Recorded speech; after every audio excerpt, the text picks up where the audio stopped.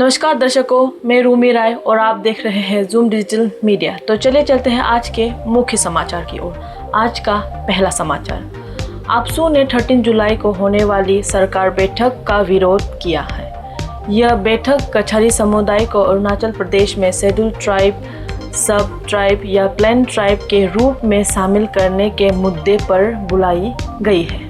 आपसू का कहना है कि अरुणाचल प्रदेश एक ट्राइबल राज्य है और यहाँ के स्थानीय जनजातियों के अधिकार की सुरक्षा बहुत ज़रूरी है।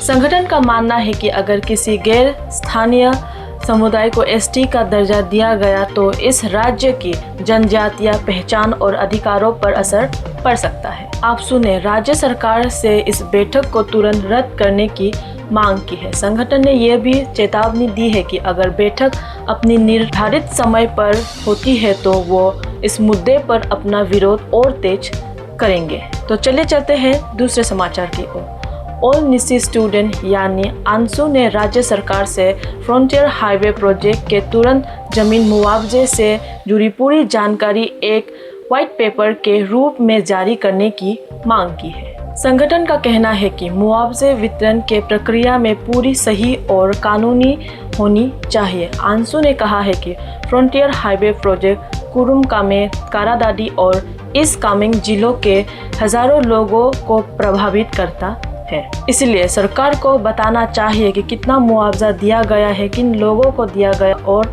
किस आधार पर दिया गया है। संगठन ने आरोप लगाया है कि कुछ जगहों पर जरूरी जांच प्रक्रिया पूरे किए बिना ही मुआवजा बांट दिया गया। इस मामले को लेकर गुवाहाटी हाई कोर्ट में भी एक मामला विचाराधीन है।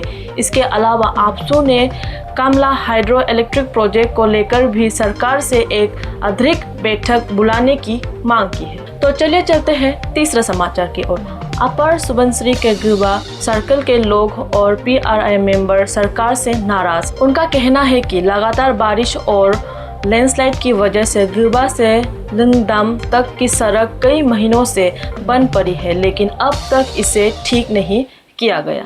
इसके कारण 22 से ज़्यादा गांव के लगभग 5000 लोग बहुत परेशान हो रहे हैं। ज़रूरी सामान लेने के लिए लोगों को दूर से पैदल चलना पड़ रहा है और सामान कंधों पर उठाकर लेके आना पड़ रहा है। ZPM मायूम दोबिन ने कहा है कि समस्या की जानकारी कई बार सरकार को दी गई है, लेकिन अब तक कोई ठोस कदम नहीं उठाया गया। उन्होंने ये भी कहा है कि गिरबा सर्कल के कई गांवों में आज भी नियमित बिजली की सुविधा नहीं है। PRI नेताओं और गांव के लोगों ने सरकार से मांग की है कि सड़क को जल्द से जल्द ठीक किया जाए, बिजली की सुविधा दी जाए और गिरबा सर्कल के विकास पर तुरंत ध्यान दे दिया जाए। तो दर्शकों, आज के लिए बस इतना ही। देखते रहिए जूम डिजिटल मीडिया। धन्यवाद।